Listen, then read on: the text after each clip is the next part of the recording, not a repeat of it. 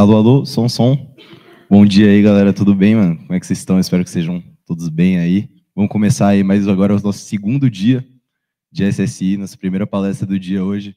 Eu queria começar essa palestra aqui com uma pergunta, mano, que eu acho que é uma pergunta bem interessante. Vocês conseguem imaginar qual que deve ser as diferenças de fazer um projeto, seja um projeto pessoal no GitHub, ou um projeto que impacte algumas pessoas aí, ou um grupo próximo, para um projeto que impacta 1 milhão de pessoas?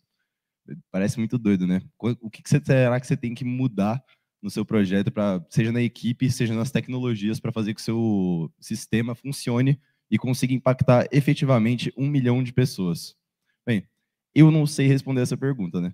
Eu sou só o apresentador, mas eu conheço alguém que sabe, e que ele já fez até uma thread, antes de vir aqui dar essa palestra, ele já fez uma thread que teve mais de 133 mil visualizações falando sobre isso. A palestra de hoje, a primeira palestra de hoje, na verdade, é como escalar o seu sistema para fazer ele atingir 1 milhão de pessoas. E eu queria, por favor, para começar bem, uma salva de palmas para o nosso agora aluno de mestrado, Vinícius Stefanto, que vai conduzir isso para vocês.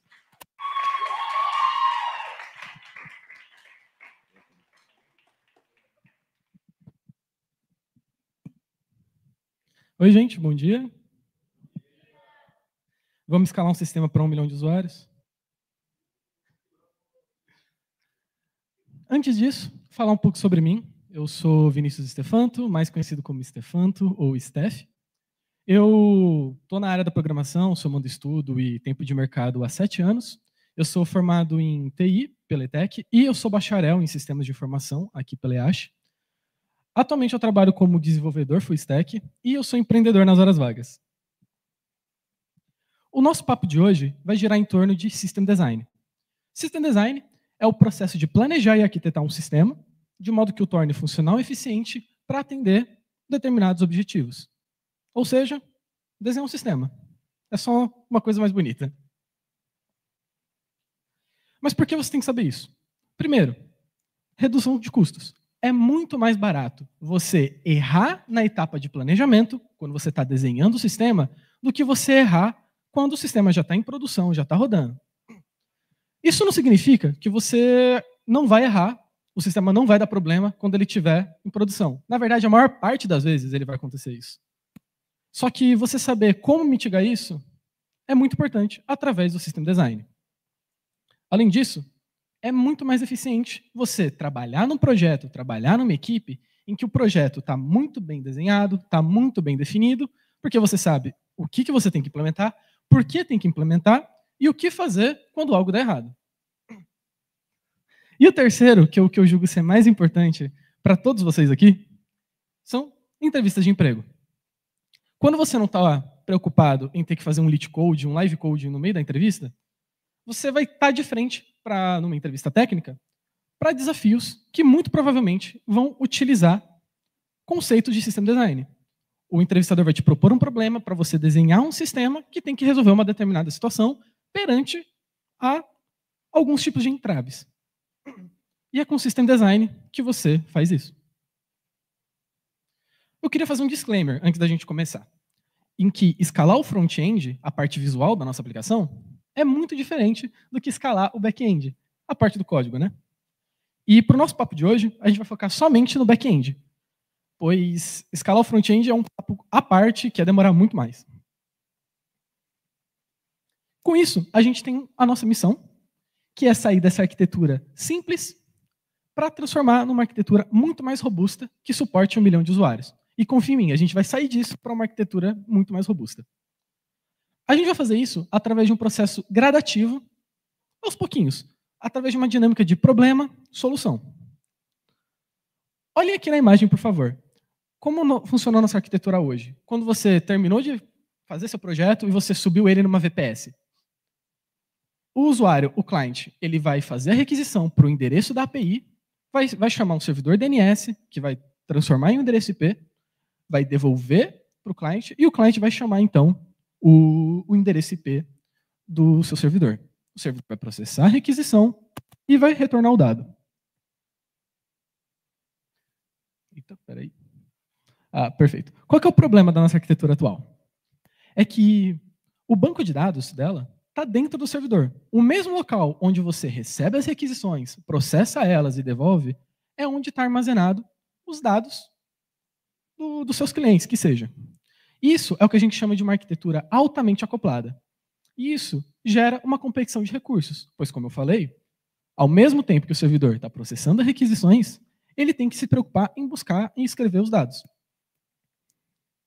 Então, a primeira coisa que a gente pode fazer é desacoplar o banco de dados, colocar ele num servidor à parte. Com isso, a gente elimina a competição de recursos, já que cada servidor, né, um para o banco de dados, um para as requisições, vão ter suas responsabilidades. E a gente conquista a possibilidade de fazer dimensionamento individual, ou seja, eu posso aumentar a capacidade do meu banco de dados independente do meu servidor. E agora, como funciona o nosso sistema? Quando a requisição chega no servidor, ao invés dele processar dentro dele, né, fazer as requisições para o banco dentro dele, ele chama um outro servidor, que é o nosso servidor de banco de dados. Porém, com isso, a gente começa a enfrentar algo que a gente chama de single point of failure. O nome é bem intuitivo. É um ponto único de falha do nosso sistema em que causa uma falha crítica que prejudica bastante o funcionamento dele. Nesse caso, a gente tem dois que a gente pode analisar agora. Porque se o servidor cair ou se o servidor de banco de dados cair, nossa aplicação simplesmente para de funcionar. O single point of failure, ele é a causa de muitos dos problemas que você encontra quando você está tentando escalar um sistema. Muitas vezes você consegue resolver, outras você consegue mitigar. Às vezes você não consegue. Além disso, além do ponto único de falha, conforme o número de usuários que estão acessando a nossa aplicação vão aumentando, o delay e timeout também aumentam. Porque são vários usuários tentando acessar o servidor, são várias requisições sendo processadas, são vários dados sendo processados e tendo que ser devolvidos. Com isso, a gente chega à conclusão que apenas um servidor não está dando conta. E é aí que a gente entra em escalabilidade pela primeira vez nesse nosso papo. Há dois tipos.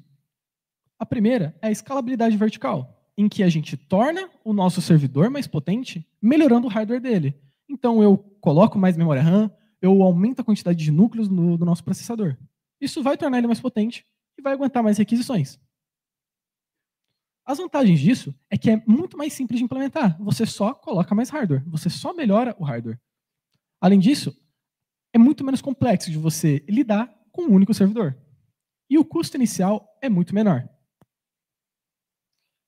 Porém, quando você escala verticalmente, você possui um limite físico. Eu não posso colocar memória RAM infinita num servidor. Eu não posso colocar infinitos núcleos de processador em um servidor.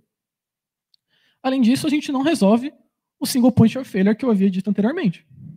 E também, o custo a longo prazo não compensa, porque hardware potente é hardware caro.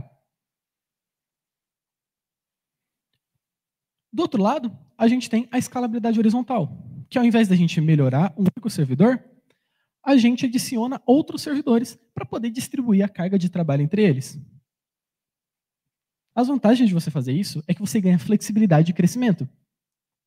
Além disso, a gente ganha uma resiliência e uma tolerância a falhas. Até porque, se um servidor cair, tem outros para dar conta. A gente resolve o single point of failure, igual eu havia dito. E o custo a longo prazo é melhor, pois é muito mais barato vários servidores um pouquinho piores do que um servidor muito mais potente. Porém, as desvantagens de você utilizar uma escalabilidade horizontal é a complexidade. É muito mais complicado você lidar com múltiplos servidores ao mesmo tempo do que um só. Também, lidar com a consistência dos dados. Isso é algo que a gente vai voltar mais para frente, para explicar um pouquinho melhor. E o custo inicial é maior. E qual que a gente vai usar, então, para o nosso sistema? Depende, como tudo na programação. O nosso objetivo é escalar para 1 milhão de usuários. 1 milhão de usuários simultâneos. Então, neste caso, a gente vai optar pela escalabilidade horizontal. Eu tinha escolhido a escalabilidade horizontal para poder distribuir a carga de trabalho, porque um só não estava dando conta. Mas como é que eu vou fazer isso? Como é que você distribui a carga de trabalho entre eles? A gente usa o load balancer, o balanceador de carga. O que ele faz é receber todas as requisições que o usuário possui e encaminha para diferentes servidores, balanceando a carga. Além disso, o que você faz é expor o endereço público do load balancer ao invés de expor o endereço IP privado dos seus servidores, o que é uma boa prática de segurança. As vantagens de você utilizar, então, um load balancer para poder distribuir a carga da sua aplicação é a escalabilidade, igual a gente está buscando, a disponibilidade, porque se um dos servidores cair, o load balancer vai encaminhar para outro servidor que esteja disponível no momento. Além disso, melhora a performance, uma vez que a gente diminui a sobrecarga, e com isso, os servidores conseguem trabalhar melhor. E a desvantagem de você utilizar um load balancer é a complexidade, já que é um recurso a mais que você tem que implementar e não é tão simples. Só que a gente ainda tem um banco de dados apenas. Eu tinha comentado dois pontos únicos de falha na nossa arquitetura inicial, né? Atualmente, a gente aumentou a quantidade de servidores, porém, ainda há um banco de dados. Todas as requisições, todas as escritas, todas as leituras estão sendo feitas em um único servidor. Isso gera uma sobrecarga, o banco de dados começa a ficar lento por conta disso, e também a gente ainda não resolveu o ponto único de falha. A solução para isso, como o banco de dados é um servidor e a gente está escalando horizontalmente, a gente vai aumentar a quantidade de banco de dados. O problema disso é garantir a consistência dos dados, já que a gente vai ter mais de um banco de dados. E tem 3 formas de resolver isso. Mas antes, eu preciso explicar para vocês que escalar um sistema não é tão simples quanto talvez esteja parecendo. Existem trade-offs. E o teorema CAP é algo que evidencia muito bem quais são esses trade-offs, quais são as coisas que você perde ao escolher outra. Ele se baseia numa sigla de consistência, disponibilidade e tolerância a partições. Esses são os pilares do teorema CAP. A consistência significa que eu faço uma requisição para o banco de dados e eu preciso retornar para o meu usuário, para o meu cliente, o dado mais recente. Por exemplo, se eu tenho R$2.000 na minha conta e eu faço um depósito de R$1.000 e depois eu quero consultar meu saldo, o esperado é que eu tenha R$3.000. Se eu faço essa requisição e eu tenho apenas R$2.000, é porque meu sistema não é consistente. Já a disponibilidade diz que toda requisição que eu faço para o meu banco de dados, eu preciso obter uma resposta, seja ela atualizada ou não. Eu não posso retornar erros. E a tolerância a partições diz que se um dos servidores cair, se um dos nós cair, se uma requisição for perdida, o meu sistema tem que continuar rodando. A minha aplicação tem que continuar funcionando. E em um sistema distribuído, é impossível você garantir os 3. Os 3 pilares não podem ser garantidos simultaneamente. Para enxergar isso melhor, tem esse diagrama em que cada intersecção, tirando a central, obviamente, é um tipo de sistema que você pode construir. Um sistema que garanta a consistência e a disponibilidade é um sistema que, por exemplo, um usuário acessa um único servidor. E, ao realizar essa consulta, eu obtenho os dados dele. É um único servidor. O dado que eu estou puxando é o dado mais atualizado, é o dado mais consistente. E, consequentemente, eu tenho disponibilidade, uma vez que eu estou tendo uma resposta. Porém, eu não garanto a tolerância a partições, porque se esse servidor cair, minha aplicação deixa de funcionar. Já um sistema que garanta a tolerância a partições e a disponibilidade, a gente pode pensar no seguinte exemplo. Olhem a imagem, por favor. O usuário 1, ele armazena os dados dele naquele primeiro servidor. E, na mesma hora, o usuário 2 tenta acessar os dados do usuário 1. Porém, como ainda não deu tempo dos dados se propagarem entre os servidores, o usuário 2 acaba recebendo dados desatualizados. Um tipo de sistema assim, então, não consegue garantir a consistência, pois não é o dado mais atualizado, mas eu consigo garantir a disponibilidade, pois eu estou sempre buscando uma informação e eu sempre tenho uma resposta. E também, eu tenho a tolerância a partições, porque se um dos servidores cair, como a gente está trabalhando com mais de um, os outros cuidam do trabalho. Esse tipo de sistema é utilizado em redes sociais, por exemplo, em que a gente não precisa ter, na mesma hora ali, o dado atualizado, mas a gente precisa ter uma tolerância a partições para o sistema não cair, e a gente precisa ter disponibilidade. Você não pode, mesmo que aconteça, atualizar o feed da sua rede social e ficar recebendo erro. Já um sistema que garanta a consistência e garanta a tolerância a partições, a gente pode voltar para o exemplo anterior. Porém, dessa vez, quando o usuário 1 armazena as informações dele no servidor 1 e o usuário 2 tenta acessar essas informações, a gente suspende o acesso dele. A gente não permite ele acessar até que o dado seja atualizado. Com isso, a gente garante a consistência, uma vez que o dado vai ser o mais atualizado. A gente garante a tolerância a partições, pois se um dos servidores cair, o outro dá conta. Porém, a gente não garante disponibilidade, uma vez que a gente vai ter que impedir o usuário de acessar aquela informação. Esse tipo de sistema é utilizado por sistemas bancários, em que você precisa ter consistência e tolerância a partições.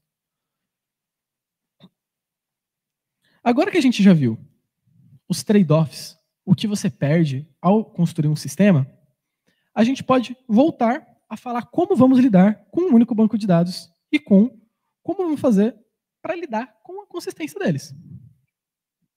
E eu havia dito que são 3 formas. A primeira delas é a Single Leader Replication, em que um único servidor, um único banco de dados, recebe todas as operações de escrita e replica elas para os outros servidores, que vão receber apenas operações de leitura. Com isso, a gente não tem nenhum conflito de informações, já que só um servidor vai cuidar de escrever e vai replicar para os outros. Porém, a gente tem um throughput baixo. Então, se é um sistema que precisa de múltiplas escritas simultâneas, não é uma melhor opção. A segunda forma é o Multi-Leader Replication, em que são vários líderes e a replicação de dados acontece entre si, onde um servidor vai receber a operação e vai replicar para os outros, o outro vai receber a escrita, vai replicar para os outros e assim por diante. Dessa forma, há vários conflitos nas escritas. E a forma como você vai definir qual dado é válido varia de negócio para negócio. É muito utilizado esse tipo de replicação em grandes áreas geográficas.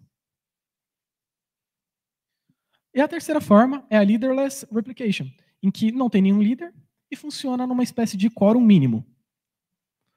Na imagem fica um pouco mais intuitivo. O meu N é igual a 4. Eu tenho 4 bancos de dados. E eu tenho uma regra N-1. Ou seja, para toda operação que eu for fazer, seja leitura ou seja escrita, eu preciso fazê-la em 3 bancos de dados. Se eu for escrever, eu vou escrever em 3 bancos de dados. Se eu for ler, eu vou ler de 3 bancos de dados. Dessa forma, eu consigo garantir a consistência. Porém, eu ainda tenho conflito nas escritas, pois é difícil você saber qual que é o dado válido. Além disso, eu tenho latência na leitura, porque eu vou ter que ler em mais de um banco de dados dessa vez. Eu não posso ler em somente um. Porém, eu tenho uma disponibilidade alta, uma vez que são vários bancos de dados. Isso é muito utilizado em sistemas de mensageria, seja WhatsApp, Telegram, enfim. Para a nossa aplicação, que a gente está construindo, vamos supor que a gente não tem muitas operações de escrita, mas a gente tem várias operações de leitura. Então a gente vai optar pela Single Leader Replication. E ao adicioná-la agora no nosso diagrama, no nosso sistema que a gente está construindo, a gente obtém ele já assim, em que a requisição vai para o load balancer, o load balancer encaminha para o servidor. Se for uma requisição de leitura, ele escreve no banco de dados líder, o líder replica para sua réplica, e se for uma operação de leitura, lê direto da réplica. Tá, a gente resolveu os 2 single point of failures. Nosso sistema agora tem vários bancos de dados, tem vários servidores. O que a gente melhora agora?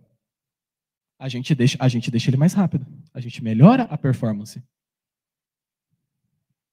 E a gente faz isso através de cache. Mas como o cache pode nos ajudar com isso? Para entender como ele pode nos ajudar, vamos entender mesmo o que é o cache. Imaginem uma livraria. e há um livro best-seller sendo vendido no momento. Você vai lá, você entra na livraria, você pergunta para o funcionário que trabalha lá onde tem esse livro. Ele aponta para uma estante e você olha para essa estante e tem uma fila enorme de pessoas. Você entra na fila, espera a sua vez, pega o livro, vai para o caixa, compra e sai com o seu livro. São vários passos. São passos demorados que poderiam ser otimizados. E a livraria percebeu isso. E ela, dessa vez, adicionou, logo na entrada, assim que você chega, uma estantezinha, um balcão ali, com os livros que mais estão sendo vendidos no momento, os best-sellers no momento. Então, a chance de você entrar na loja e dar de cara com o livro que você está procurando é muito alta. Então, você chega, você vê o seu livro ali, você pega ele, vai direto para o caixa, compra e vai embora. Eu acho que vocês já perceberam que a bancada no meio, logo na entrada, é o cache. Então, para dados frequentemente acessados, a gente usa o cache. Com isso, a gente ganha uma velocidade, já que a memória cache é uma memória mais rápida do que os dados persistentes, e a gente diminui o acesso ao banco de dados. A gente tira a sobrecarga do banco de dados. Na prática, como funciona? O servidor tem uma requisição, ele precisa acessar um dado no banco de dados. Ele vai olhar primeiro para cache. Como é uma memória mais rápida, o dado vai voltar mais rápido. Se o dado existe na memória cache, que é o que a gente chama de cache hit, ele devolve a informação para o servidor. Perfeito. Porém, quando essa informação não existe no cache, que é o que a gente chama de cache miss, a requisição, então, olha no banco de dados, puxa a informação, devolve para o servidor e, dessa vez, ela salva na cache. Porque se uma requisição precisou daquele dado, uma outra pode precisar também. E adicionando cache no nosso diagrama, fica assim, numa camada mais lateral, em que, se o servidor precisar buscar um dado, ele olha primeiro na cache. Seguindo na nossa linha de performance, a gente pode adicionar um CDN na nossa aplicação. E o que é um CDN? Vem da sigla Content Delivery Network. E ela é uma cache para conteúdos estáticos. E o que é um conteúdo estático? O nome é meio óbvio, né? São imagens, vídeos, músicas. Então, é uma cache feita para eles, só que a estratégia utilizada é uma estratégia de posicionamento geográfico. Para entender melhor, imagina uma rede social como o TikTok, em que direto tem alguma trend que está viralizando, só que só em uma região, por exemplo, só aqui no Brasil. Os CDNs do TikTok vão conter os vídeos mais virais daquela trend. E quando você está lá scrollando o seu TikTok, você vai carregar muito mais rápido essa informação. E vai também poupar o acesso ao banco de dados do TikTok, por exemplo, e vai economizar os recursos deles. Um outro exemplo são os serviços de streaming. Não sei se vocês já olharam o top 10 da Netflix, mas direto aparece, sei lá, Chiquititas lá dentro. E eu garanto para vocês que Chiquititas não aparece no top 10 do Japão. Eu garanto para vocês. Nesse caso, a série toda de Chiquititas está só no CDN do Brasil. Pois a gente economiza recurso de fazer a consulta para o banco de dados da Netflix e a série carrega muito mais rápida, uma vez que supostamente ela está sendo muito vista. Adicionando o CDN, então, no nosso diagrama, a gente coloca ele na camada mais acima ali, onde a gente não precisa acessar o servidor diretamente para isso, muitas vezes. Mas agora imagine que seu site começa a receber vários acessos simultâneos. Você é um e-commerce e chegou o dia de Black Friday. Você é a FUVEST e saiu o dia do resultado. Que seja. Você começa a receber vários acessos inesperados. Como a gente cuida disso? Porque você não estava planejado para isso. A gente pode ir na AWS, colocar mais um servidor, alocar mais recurso, fazer isso manual. Porém, isso é trabalhoso e custoso. Dá muito trabalho e, com certeza, você vai acabar deixando uma máquina rodando que você não devia e sua fatura da AWS vai vir muito alta. E eles cobram em dólar, tá? Deixando isso claro. Com isso, apresento para vocês o conceito de elasticidade, em que o número de servidores vai aumentar e diminuir conforme a demanda. Igual um elástico. Por isso o nome, né? Com isso, a gente melhora a experiência do usuário. E também a gente poupa esforços e torna o custo muito mais otimizado. Olha um exemplo. Se meu servidor está batendo 80% de uso, por exemplo, eu vou lá e subo uma outra máquina para distribuir a carga de trabalho entre eles e não sobrecarregar meu servidor. Porém, se depois de um tempo o uso total dos servidores caiu para 20, não tem por que eu manter duas máquinas em pé. Então eu derrubo uma delas. Agora que a gente lidou quando vários usuários estão acessando o nosso sistema ao mesmo tempo, a gente pode começar a olhar para um outro lado. Começar a otimizar uma outra área do nosso código, que é o estado do usuário. O estado do usuário é como se fosse a memória do sistema que o sistema tem sobre o que o usuário está fazendo. O que é essa memória vai variar de negócio para negócio, da sua regra para a sua regra. Porém, há duas formas de lidar com o estado do usuário. A primeira delas, que é a mais comum, é um sistema stateful, em que o estado do usuário fica preso em um único servidor. Olhem a imagem, por favor. Vamos assumir que dessa vez, para o meu negócio, para um negócio que a gente está escalando juntos, o estado dele é a sessão, se ele está logado ou não, e a foto de perfil. O usuário A, B e C, respectivamente, acessam os servidores 1, 2 e 3. Então, o seu estado está preso em cada um desses servidores. Vamos supor que o servidor 1 acaba caindo. O usuário A vai tentar acessar, o load balancer vai jogar ele para um outro servidor, só que o estado dele não vai estar nesse servidor. Vamos supor que encaminha para o servidor 2. Com isso, a gente tem um single point of failure, pois a sessão dele é perdida. E isso dificulta a nossa escalabilidade horizontal e piora a performance, pois a gente vai ter que fazer uma outra consulta no banco de dados para resgatar, para fazer a verificação se aquele usuário é válido, enfim, puxar novamente a foto de perfil dele para deixar armazenada. Com isso, a gente pode abordar uma arquitetura stateless, que é a gente tirar a responsabilidade do servidor de cuidar do estado, de ficar olhando o estado do usuário. Desse modo, o estado vai ser movido para um shared storage, que muitas vezes é um NoSQL. Com isso, a gente facilita a escalabilidade horizontal, pois, independente se eu aumento ou se eu diminuo a quantidade de servidores, o estado do usuário vai estar armazenado em um local separado. Então, eu não vou perder a sessão do usuário. Eu aumento a disponibilidade. Eu também simplifico a manutenção, pois se eu tiver que lidar com o estado do usuário, vai estar só de um lado. No caso, só no shared storage. E melhora a reutilização de recursos. Eu deixo de fazer consultas desnecessárias, consultas que eu não preciso. Porém, tem as desvantagens de você utilizar um shared storage. Primeiro, o custo.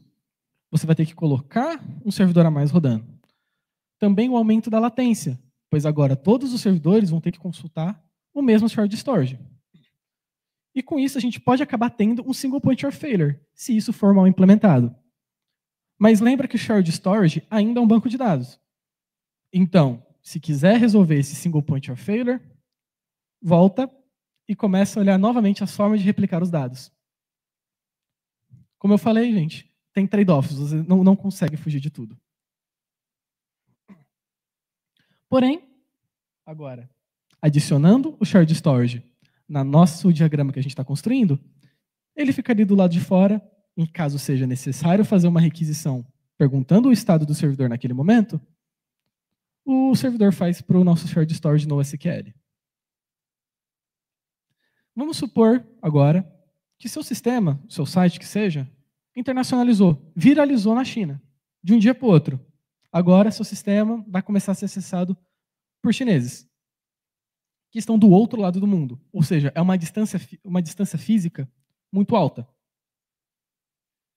Para a gente resolver isso, a gente pega um cluster de servidores na China e utiliza um load balancer, só que com um algoritmo de georouting.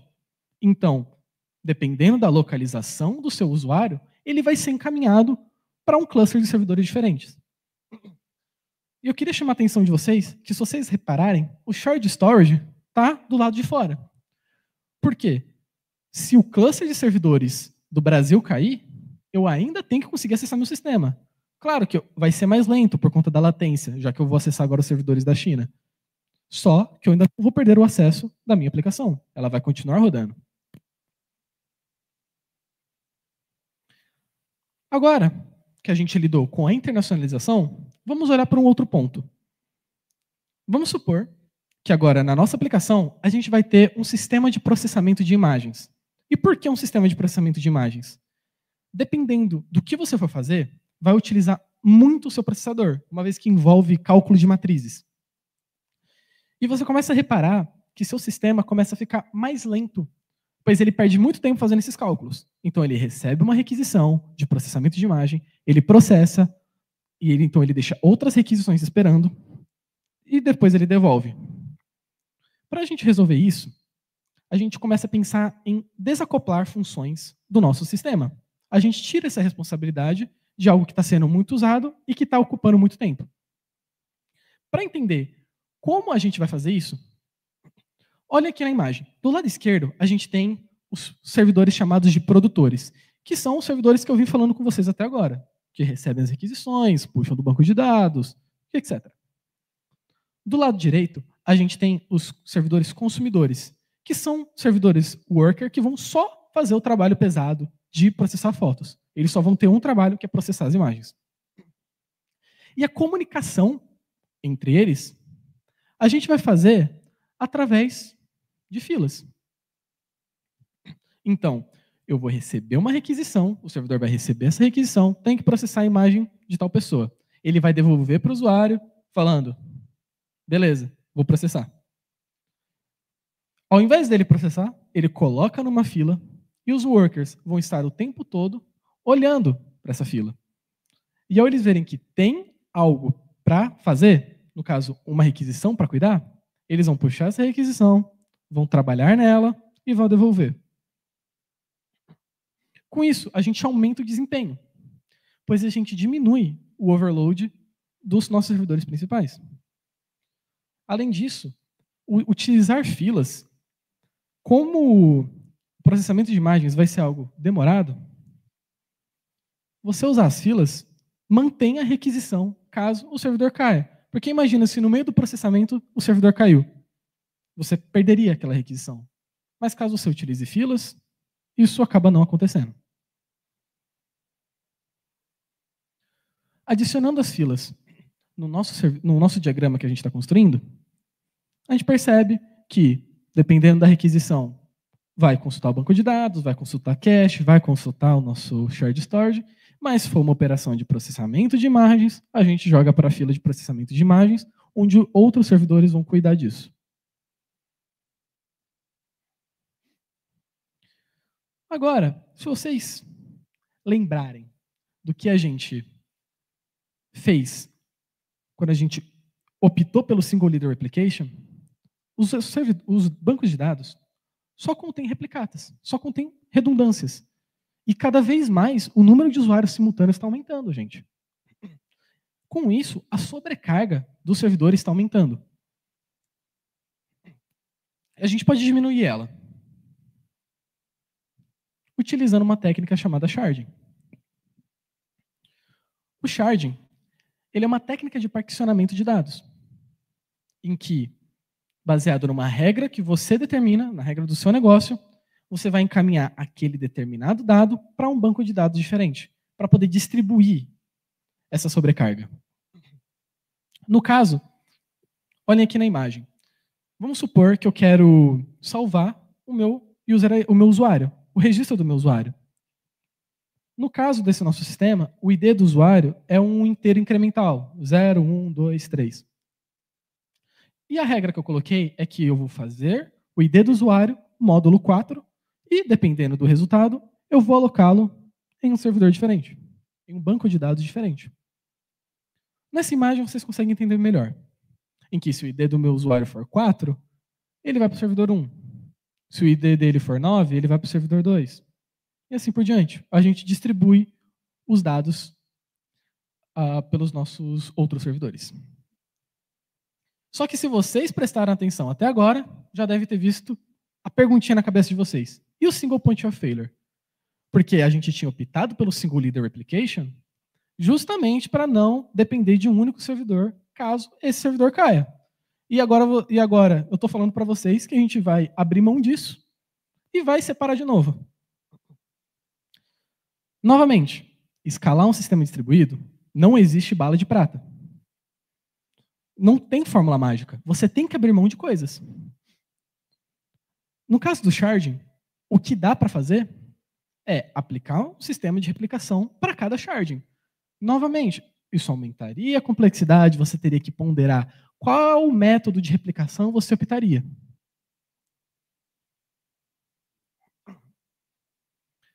Mas adicionando o sharding na nossa aplicação, no nosso diagrama, a gente obtém ele dessa forma.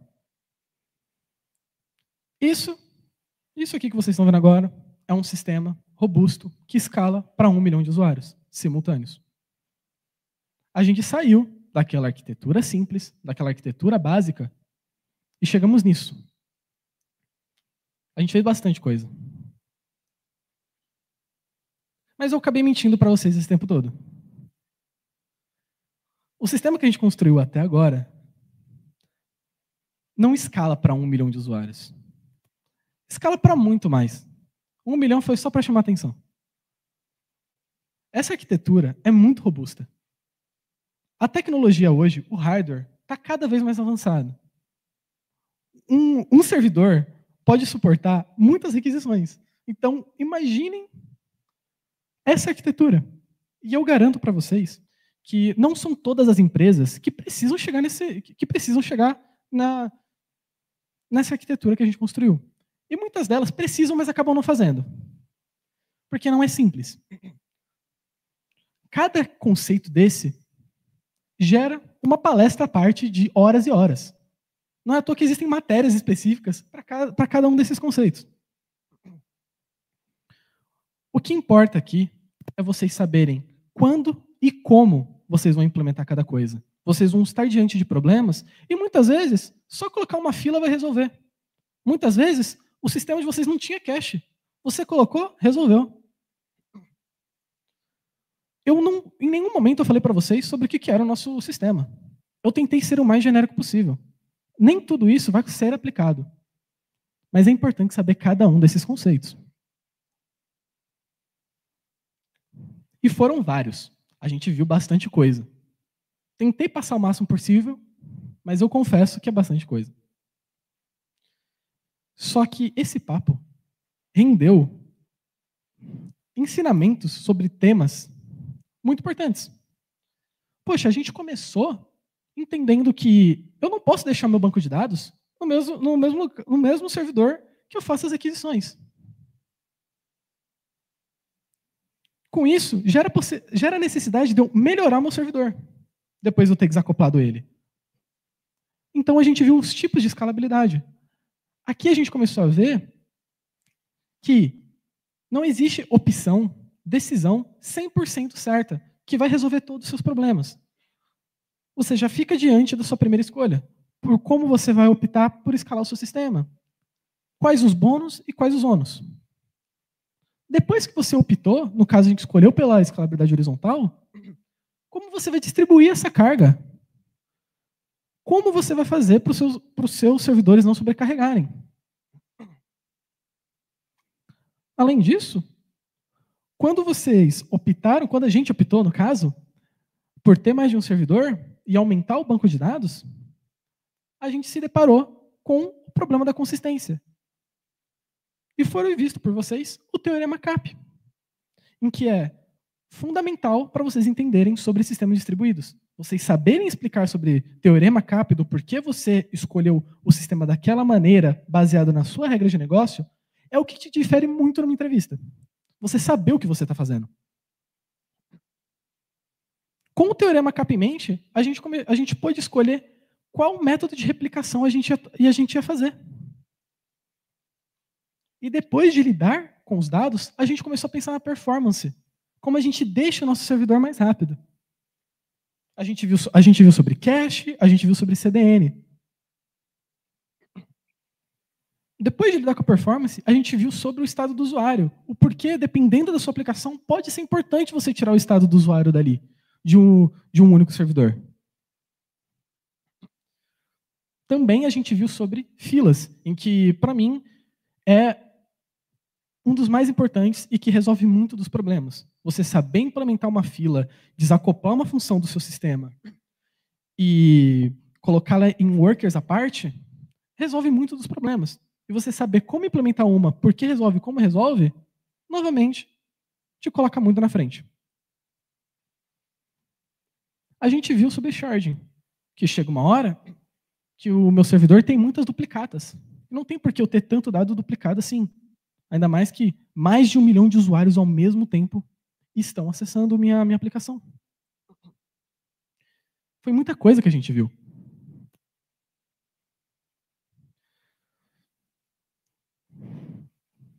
Por fim, eu deixo aqui uma recomendação, caso vocês queiram se aprofundar nos conceitos de System Design.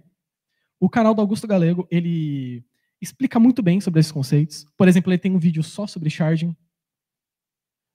Também para quem tem interesse em entender melhor sobre Elite Code, sobre algoritmos e estruturas de dados, ele tem bastante vídeo sobre.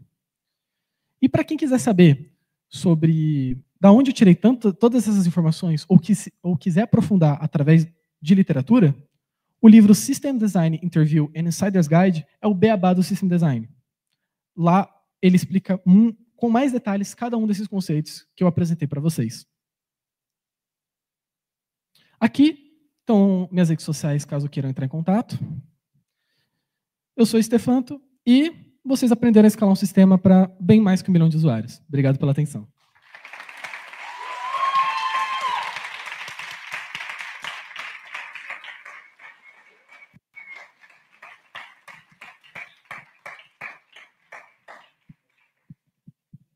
Se alguém tiver pergunta... Agora fica aberta aí para as dúvidas. Quem tiver dúvida pode levantar a mão aí, que eu levo o microfone.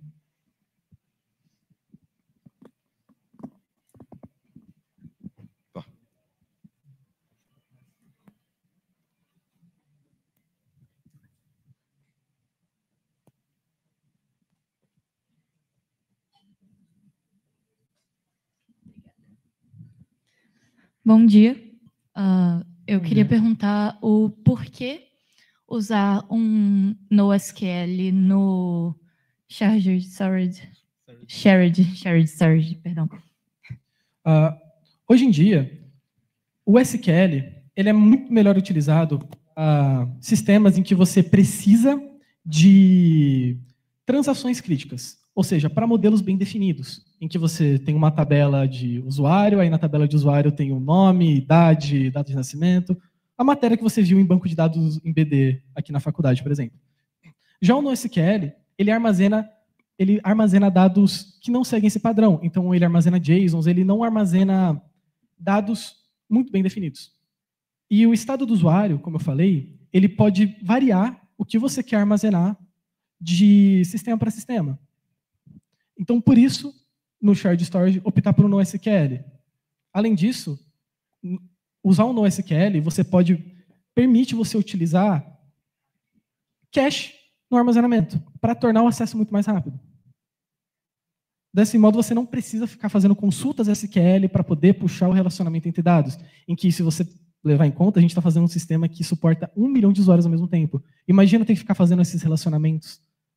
Você economiza. Claro que se fosse algo que precisasse manter o que vocês veem na área de banco de dados, na área SQL como as transactions, né, que a gente precisa garantir que aquela transação foi feita para sistemas bancários, aí são outros 500. O uso de tecnologia que você vai optar depende do seu negócio. Nada. Mais alguma dúvida? Achei ali. Vou ali primeiro no meio.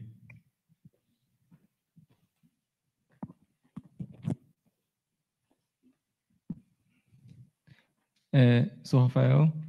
Eu queria saber se o load balancer podia ser um ponto de falha também, porque ele é o único que aparece que é literalmente, se ele falhar, parece que quebra tudo, né? Ótima observação. Fico feliz que você tenha anotado isso. E normalmente, quando você utiliza o load balancer, você não usa ele sozinho. Você usa um failover com outros load balancers ali de prontidão para manter as requisições, sim, tá? Ótimo, bem observado. Se fosse um só, seria um ponto único de falha, sim. Obrigado.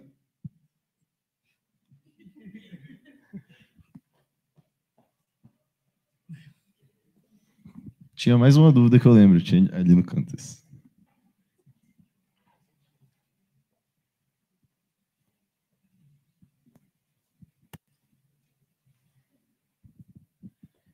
Quando você armazena os dados em cache, se você ficar muito tempo com os dados, ali você vai essencialmente replicar a sua base de dados. Então, você precisa de uma regra para tirar os dados do cache também.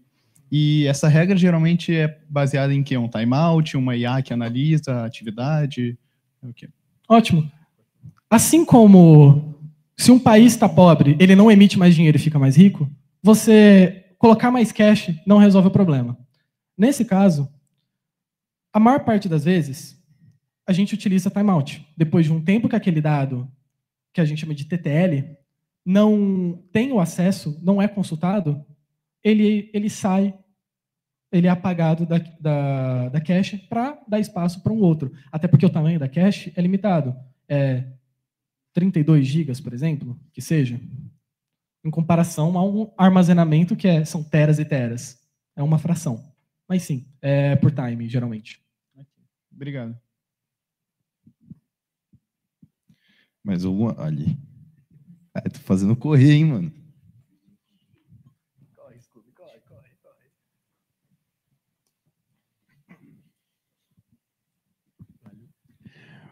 Bom dia, meu nome é Christian. E a dúvida que eu tenho é o que eu não entendi muito bem. O cache, ele duplica o dado que está no banco de dados ou ele tira de lá e fica ali por um tempo? Assim como numa livraria, o livro que está mais vendido está na bancada, ele ainda continua na estante no mesmo lugar. Ele duplica. Entendi. Obrigado. Nada.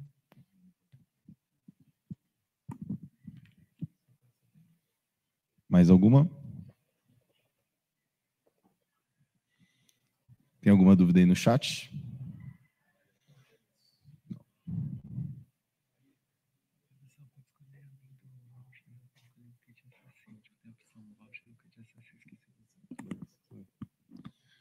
Bem, se não tem mais nenhuma pergunta aí, acho que se encerra então o período aí.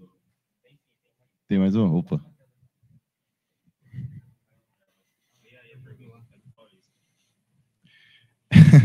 O Daniel Coutinho perguntou aqui: como eu consigo 1 milhão de usuários ou clientes? Dúvida pertinente. Olha, você pode pedir para a Virgínia fazer um vídeo de uma dancinha colocando o link do seu site ali embaixo. Perfeito.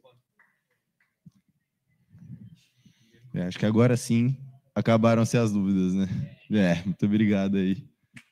Por favor.